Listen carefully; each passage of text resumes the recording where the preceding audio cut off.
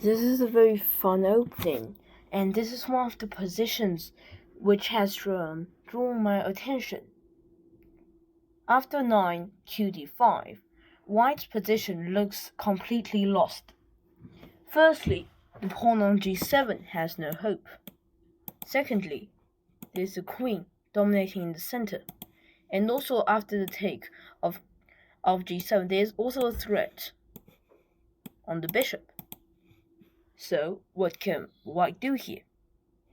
However, white has plus 1.36 advantage, which makes you kind of freak out, like how can white win this position? Let me show you. This is the Italian opening max range attack, a extremely aggressive opening with crazy variations. I'm going to tell you the main variation. The opening begins with e4, e5, knight to f3, knight to c6, bishop to c4, bishop to c5, and instead of the c3 or d4 normal variations, we play castling. And this is a book move. Then you play knight to f6, which is the two knights defense, which is completely reasonable. Then now you play d4, which is beginning of the max range attack. And now there are three options. You cannot retreat the bishop because it's just stupid. There are three options. The first is pawn takes, bishop takes, or knight takes. The knight takes is a mistake or an inaccuracy. Pawn takes is okay, and bishop takes is a great move. But most people would probably take with the pawn, which is normal, and black doesn't have any disadvantage here. And then after pawn takes, we are going to go through all the variations here. So you might be asking, why are you taking with the pawn? Because you see, you're just losing a pawn for nothing, and it's a center pawn, which is extremely important. Because now we have to move e5, which attacks the knight, and also has another centralized pawn. And this knight has to run somewhere. It can run to g5, h5, e4, or g8, which are the safe squares for it to run. We will talk about these moves next class, because they are easier variations to deal with. However, the most complicated variation is d5, where it counterattacks the bishop. Now the stupidest move to play here is M-Peasant, where you think you are very smart and you get their pawn away. However, it is already a lost position for white because, as I said, white is a pawn down. So you definitely need to take on the knight. They take on your bishop and you take on the pawn. You might say now you don't have any advantage or disadvantage and you put a tempo on the rook, so haha, white's winning, but not very easily.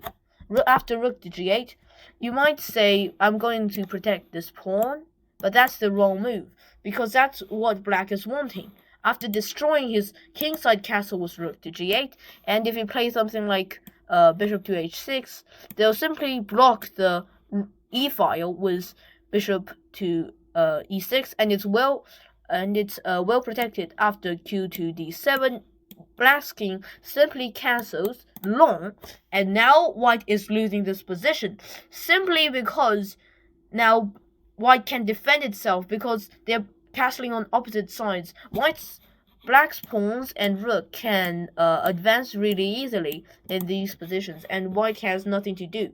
So this is very important. Although Stockfish says that it's unlike plus 0.00 advantage, we still have to find the correct moves. If you play something stupid like c3 or a3, you kind of lose the position, especially bishop to h6. So now why you play bishop to g5 in this position? Because you're attacking the queen and forcing black to do something. And the thing is, if black accidentally moves his queen out and does not manage to play bishop to e6, then we get the advantage of playing rook to e1, queen to e2, etc., and even catching the queen. Now the best move to play here is bishop to e7, where it defends this. And now as white, you take the bishop, forgetting about the g7 pawn, which is potential to be a queen. No, don't think about that. It's never going to be a queen, unless your opponent is 0 elo. You take, they take. And actually the best move is to take with the knight, And then with the knight, you take on the pawn on d4, queen takes, knight takes, rook to g7, and according to Stockfish, you kind of have a properly good position. Why is that? Because you can play something like knight to c3 or knight to b5, as Stockfish says, and you kind of had the threat. You can also play rook to e1. Your pieces are developing fine, and there's no queen threats after your queen has been exchanged, so you can develop your pieces, and that's the most normal variation in the max range attack. However, if he decides to play abnormally and go queen to e7, we don't play r to e1 thinking you can skewer them. No, because he just plays bishop to e6 and this problem is over. However, now we play the knight takes c4, forcing the knight to take this pawn and lose it. Sorry, it's not forcing, because we're just winning a pawn in this process. They play bishop to e6, trying to defend this diagonal, and now we take on c6, not e6, because it takes the tempo on the queen. However, e6 is just simply defended by the pawn. B takes c6, knight to c3, I takes g7, q to d4, king to f8. You might be wondering, why is the king going to f8? Actually, it is creating a castle on that side, defending by the rook and the queen. Although it is not very good, at least black's king is safe. Going back, what was the move of knight to c6? Firstly, creating a tempo of the queen, forcing the queen to go away. Because if it went away, there would be a pin on the e file from the rook. Then, after this pawn takes, which is the best move, black's king will be unable to castle queenside, which destroys black plan, which is good. Now, black is castling manual castle on the king side. And according to Stockfish, now the position is quite okay, +1 for white. Back to this position of bishop to g5. We talked about the best move, bishop to e7, which is the most normal black can hope. Now, if you play f6, then it's also +1 advantage. You now play the move rook to e1, checking the king. The problem of f6 is that although it does put a tempo on the bishop, it stops any attacks on this bishop, especially by the rook. And in this check, if black plays something like bishop to e7, we simply take on the f6 pawn, and we win a pawn. That's it. He can't take because he is in the fort. He is in a pin. So that's the most idea for white. And now bishop to e7, then we can take, and we don't need to take. That's your choice. King to f7 is the best move. Then now we defend the g7 pawn with rook to g6 and r to e8.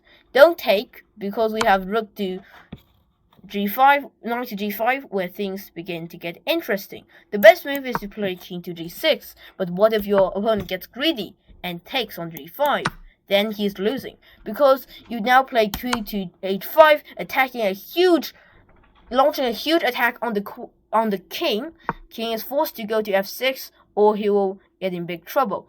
Rook takes c8, q takes c8, q takes c8, and now white is up 6 points. So that's the whole idea of letting you open this f file and opening up this line, which is really catastrophic for black.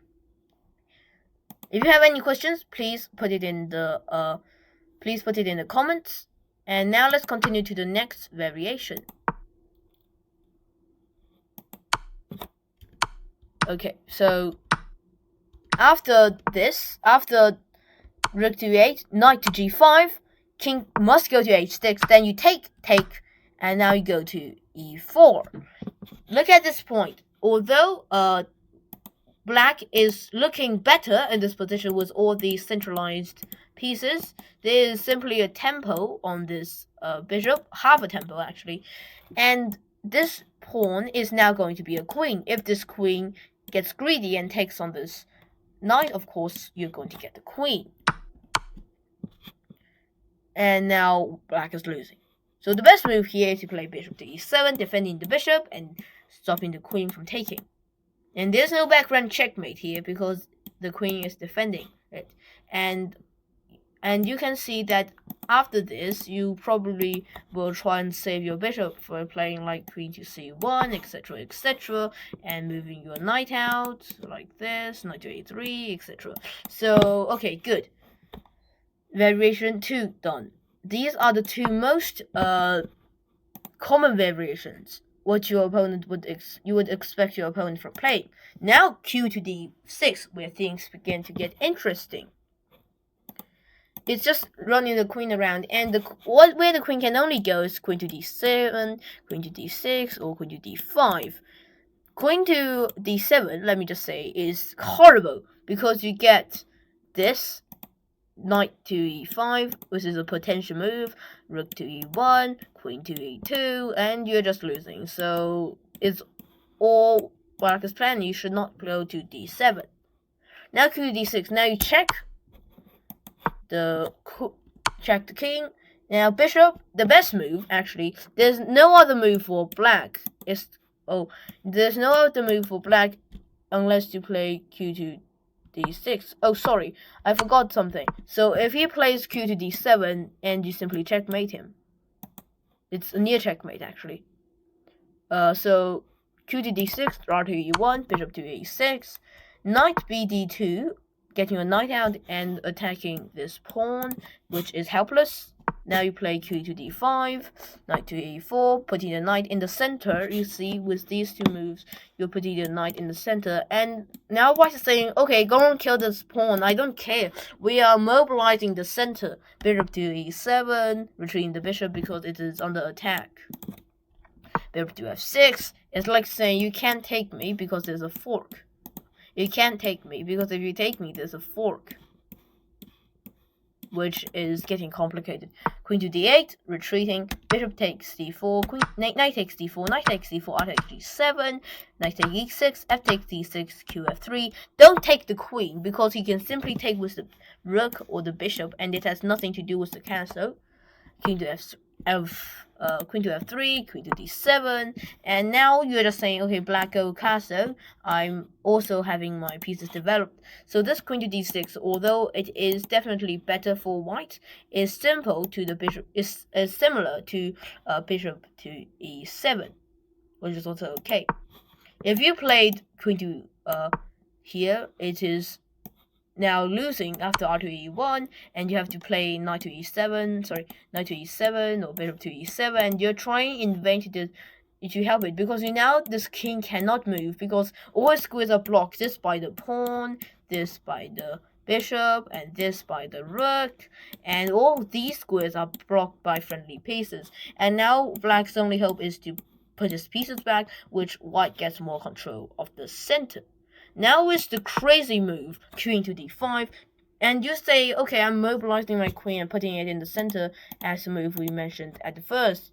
But now you play the brilliant move, knight to c3, attacking the queen, and this cannot take because of the queen pin here, and this is a serious move. Queen to f5 is definitely the best, and now you can keep on attacking the queen, putting your knight in the center, for example. These are the series of moves you have to remember. Just remember this position, and you have to put your knights up. But what if white says, I'm not going there, I'm going to queen to d6. Now you take the second brilliant move, knight to the e4. The queen is forced to go somewhere, and now it is simply nearly trapped. It's plus 4.1 advantage. So if it goes to d5, there is the brilliant knight to f6 fork. If it goes to e5, is still this knight takes d5. If it go to e6, it is still knight takes c5, queen d6. So blah blah blah. There is no hope after queen to d5 except queen to f5, which probably can maintain some advantage. So for black, so this is the crazy opening, the max range attack with the huge variations of this e4 d5. And next time, we're going to talk about the other variations of this pawn takes. Thanks for listening, and see you next time.